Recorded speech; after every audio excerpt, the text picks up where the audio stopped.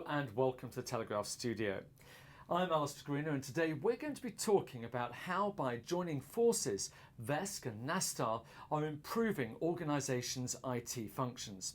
And joining me is James Mackey from VESK.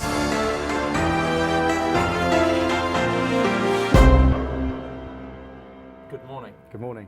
So first of all, tell us a little bit more about VESK and who you are. Okay, so VESK is an abridgment of virtual desktop, and I set the company up in 2009. The precursor to VESK was an IT support company called Appium, which I also ran for 6 years, and I slowly moved my customers across from Appium onto VESK when I realised that the way to grow a successful IT business was to offer cloud services. So VESK was my first foray into the cloud services world. Since then, we've doubled in size each year for the last 3 years. We've got around 20 staff, around 4,500 concurrent desktops, and our biggest accolade is that we've had 100% uptime on our entire infrastructure for almost 4 years now. So it's been a long journey, and a lot has happened, which brings us on to where we are and why we're here today. And we're now working, as you know, with Nasstar. So tell us a little bit about that. What was in it for Nasstar? Why were they particularly interested in VESK? We've come up against Nasstar over the years with tenders and probably since we started, and they offer exactly the same service that VESK do. So we knew who they were, and we've seen since the reverse takeover from Eno into Nasstar.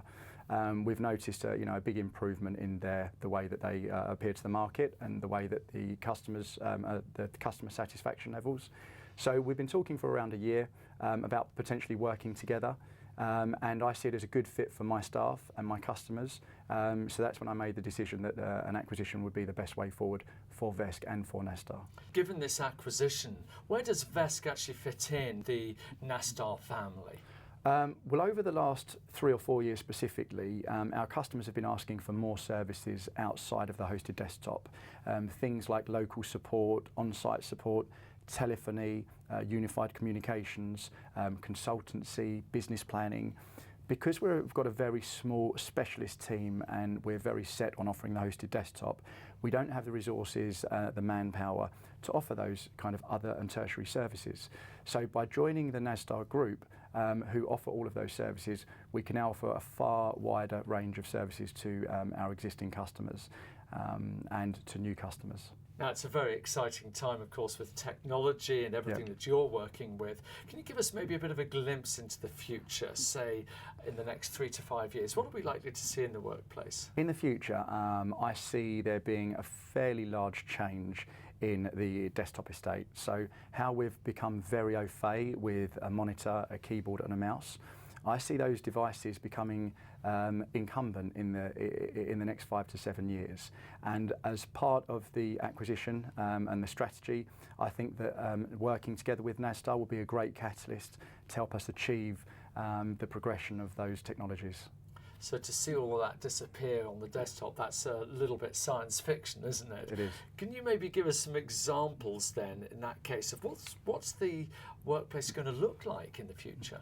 Sure. Well, to summarise without going into too much information, there's a very interesting initiative that's happening at the moment called the Human Connectome Project, and it's to reverse engineer 100 billion neurons.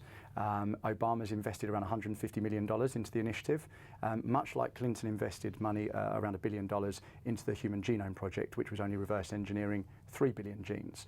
So the Human Connectome Project is going to open up a vast array of possibilities and potential for us as a business, and obviously for mental health issues such as Parkinson's, Alzheimer's and schizophrenia. But what's interesting as well to myself is that we'll be able to upload our information via thought communication to a virtual desktop rather than having to type on a mouse and keyboard. The other way that we can actually use the information and visualise the information will be through Microsoft HoloLens, which I think is a really interesting glimpse into the future. There's already development kits out for the HoloLens, and hopefully it will be available fairly soon. The HoloLens is augmented reality, so it's a device that sits on your head, and as well as being able to, it's classed as a wearable, so as well as being able to see everything that's around me now, I'll also be able to see my VESK virtual desktop, I'll be able to see my virtual pet, I'll be able to see my vital statistics of my health and everything else. And again, to go on another step further, they're actually developing at the moment, there's 3 laboratories developing something called a soft cell lens. A soft cell lens is a contact lens that recharges when you blink, that uses the kinetic energy from your eyes to recharge. So in around 10 years' time, we won't need a full VR head kit. We'll just be able to have our soft cell lenses on, and we'll be able to work on our desktop, but also be able to use all of our consumer apps. So it'll be the first way that I see that we can really integrate business and consumer applications. And that's another reason why I think the acquisition is a great idea, because Nasstar will act as a catalyst for us to push into these areas. So it's exciting times ahead. As you say, very exciting times ahead. Thank you very much indeed for giving us a glimpse into the future, and we wish you all the best with your business with Nasstar into the future. For the moment, James Mackey from VESK, thank you very much indeed. Thanks, Alistair.